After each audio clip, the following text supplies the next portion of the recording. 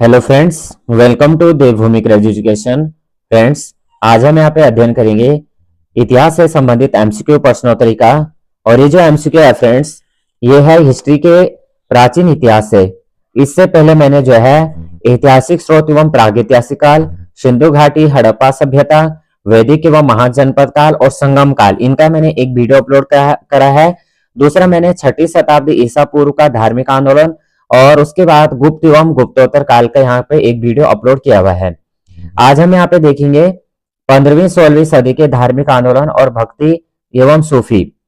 और उसके बाद जो नेक्स्ट वीडियो आएगा वो आएगा यहाँ पे आधुनिक इतिहास से। तो यहाँ पे मध्यकाल इतिहास हो गया और प्राचीन इतिहास हो गया। इनकी जो है मैं वीडियो अपलोड कर चुका हूँ। अगर आपने नहीं देखा है तो आप जो है देख सकते हैं। यहाँ पे मैंने प्लेलिस्ट बना रखी है, वहां से आप देख सकते हैं। तो यहाँ पे सबसे पहला क्वेश्चन देख लेते हैं। पहला क्वेश्चन है आज, भक्ति आंदोलन का आरंभ किसके द्वारा किया गया था? तो राइट आंसर हो जाएगा ऑप्शन नंबर ए, अलवार संतों द्वारा भक्ति आंदोलन यहाँ पे आरंभ किया गया था। अगला क्वेश्चन है, शंकराचार्य का जन्म कहाँ हुआ था? तो ये राइट आंसर हो जाएगा कलादी, केरल में। शंकर के दर्शन को कहा जाता है? तो ये कहा जाता है अद्वैतवाद। क्या कहा जाता है? अद्वैतवाद कहा जाता है।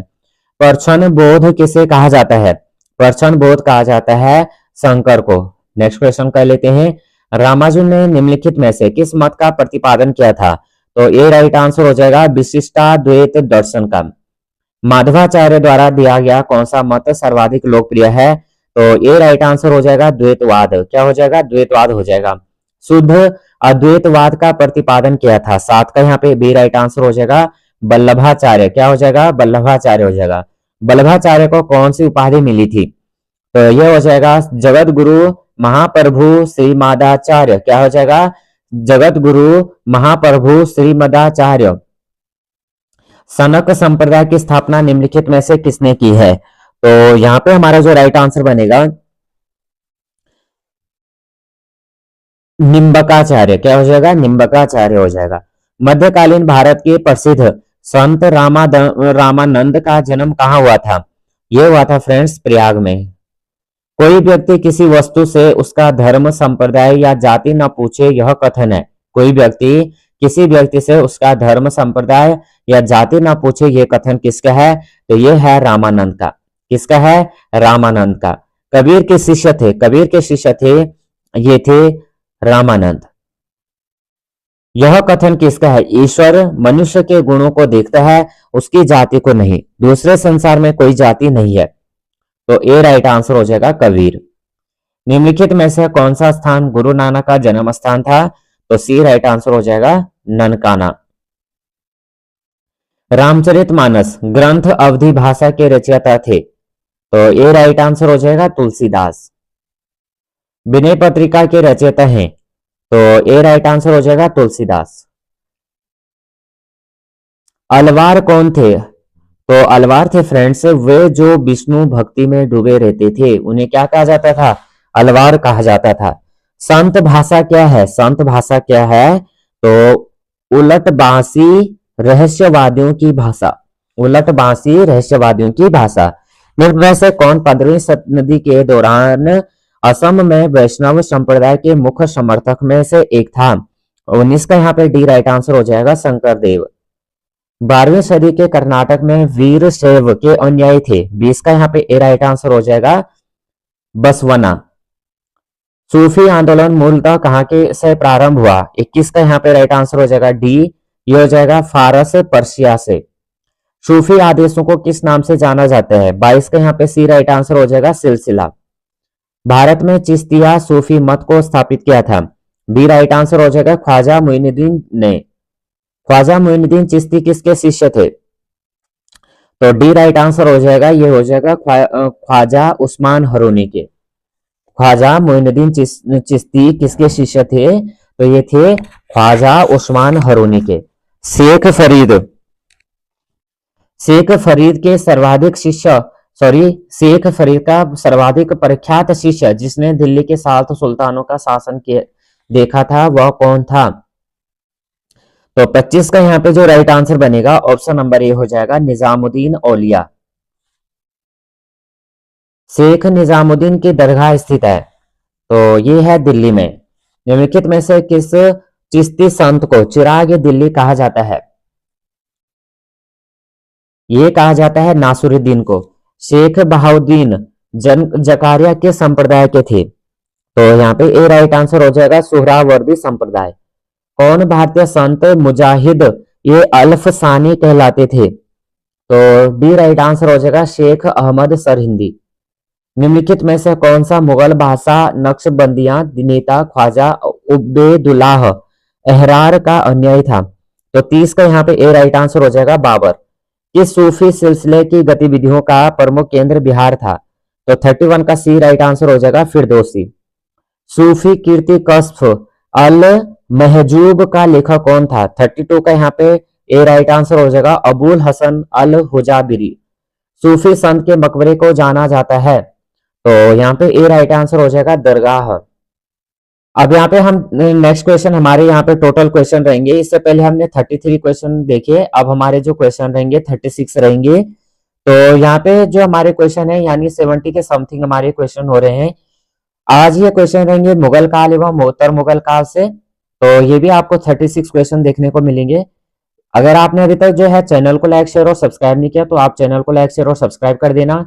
आप लोग जो है अगर आप वीडियो देखते हैं तो प्लीज आप जो है सब्सक्राइब भी कर दीजिए और यहाँ पे चैनल को भी लाइक कर, यहाँ पे जो है वीडियो को लाइक कर दीजिएगा, जिससे जो है एक नया मोटिवेट मिलता है नेक्स्ट वीडियो लेने के लिए। क्योंकि इससे ऐसा होता है कि अगर आप जैसे लाइक नहीं करते हैं या आप थोड़ा भी हेल्प यहाँ पे नहीं मिलती है, इससे डिमोटिवेट होके और फिर नई वीडियो बनाने का यहाँ पे थोड़ा भी मन नहीं करता है।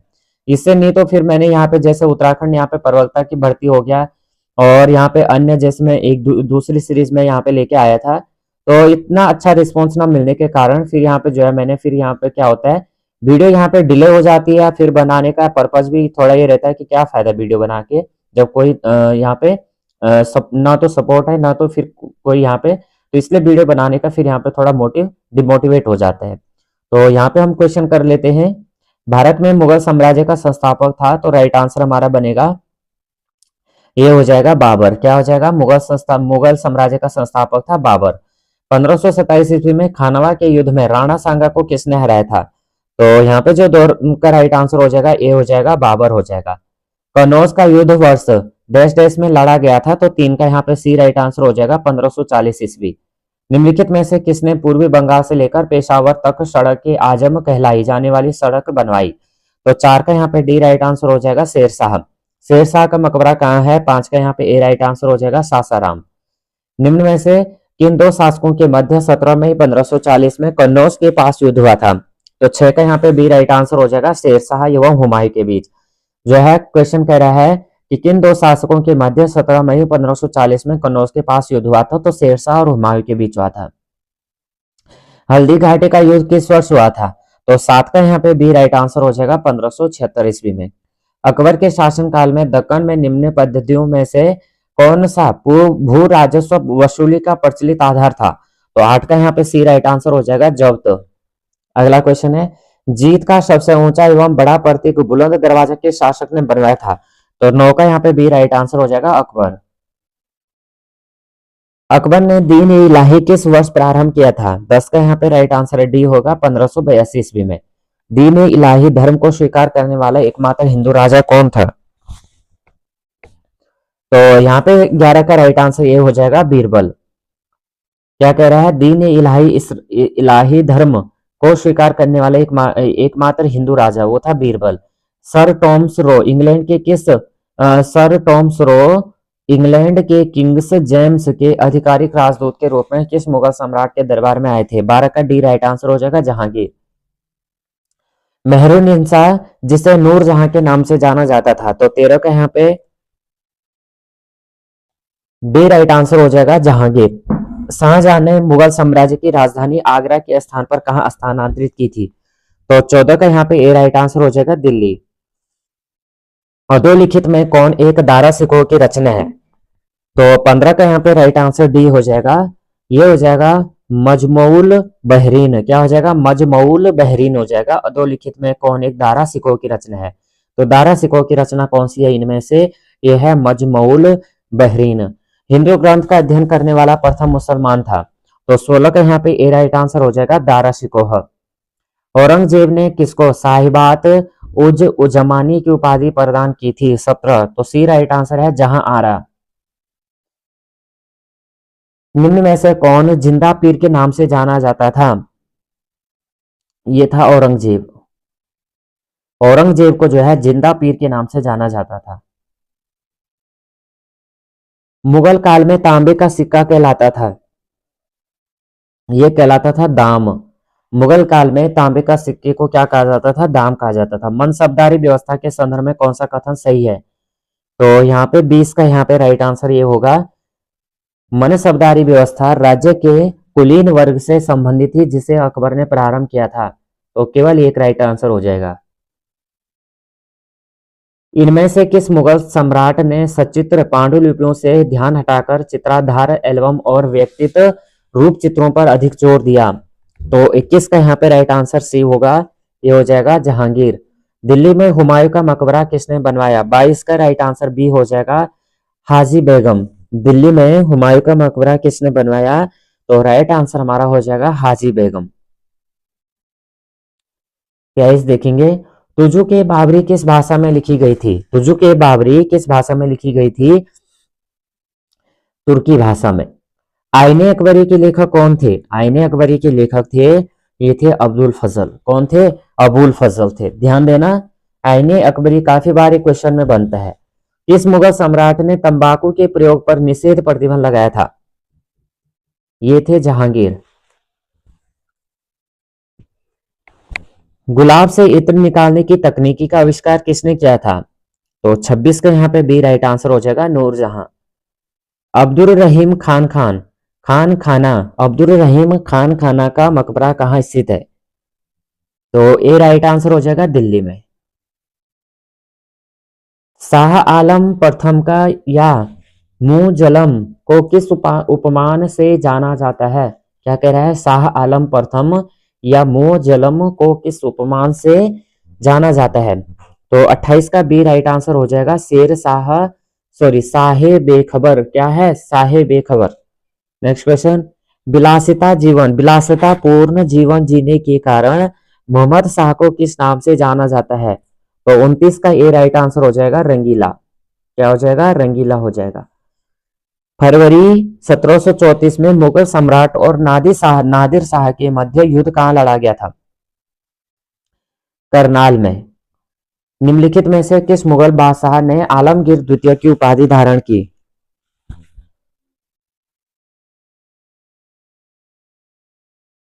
Right answer option number A हो जाएगा, अजीजुद्दीन। नेक्स्ट क्वेश्चन, निम्नलिखित में से किस मुगल सम्राट ने राजा राममोहन राय को अपने दूत के रूप में लंदन भेजा था?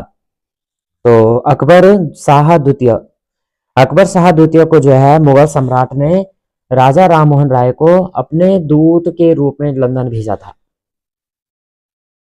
निम्नलिखित में से अवध के किस शासक को मुगल सम्राट का वजीर नियुक्त किया गया था? तो बी राइट आंसर हो जाएगा, सफदरगंज। निम्नलिखित में से कौन मुगल काल में राजा बनाने वाले थे? निम्नलिखित में से कौन मुगल काल में राजा बनाने वाले थे? तो 34 का यहाँ पे ए राइट आंसर हो जाएगा, हुसैन अली और अब्दुल्ला। निम्न में से कौन सा मुगल शासकों का गलत अनुक्रम है? ए राइट आंसर हो जाएगा, अकबर, शाहजहां, जहांगीर। इसका मतलब ये क्या है? ऑप्शन गलत, ये गलत है, तो यही हमारा राइट आंसर हो जाएगा। और पदानुक्रम सही क्या क्या हो जाएगा? अकबर, जहांगीर और शाहजहां। जहांगीर, शाहजहां, औरंगजेब, बाबर, हुमायूं, अकबर। मुगल मुगल मनसब प्रणाली प्रथा के बारे में निम्नलिखित में से कौन सा कथन यहाँ पे सही है? तो यहाँ पे जात पद शाही सोपान धर्मतंत्र में मन शब्दार्थ की स्थिति और उसके वेतन का सूचक था। सवाद सवार पर घुड़सवारी की उस संख्या का सूचक था जो मन शब्दार्थ को रखने होते थे। 17वीं शताब्दी में 1000 अथवा अधिक सवार पद संभाले रखने वाले मन शब्दारों को उच्च नोबल उमरा के रूप में जो है पदनाम दिया जाता था। तो राइट आंसर हमारा क्या बनेगा? ऑप्शन नंबर डी हो जाएगा। तो यहाँ पे हमारे जो क्वेश्चन बने हैं, हमारे जो यहाँ पे क्वेश्चन बने ये बने 70 के समथिंग क्वेश्चन बने। तो यहाँ पे अगर आपको 70 में से कितने आपके जो है आउट ऑफ क्वेश्चन बने हैं, थोड़ा भी वीडियो हेल्पफुल लगी है तो प्लीज वीडियो को लाइक शेयर और सब्सक्राइब करना। बेल आइकन को प्रेस करना है। जय हिंद, जय भारत।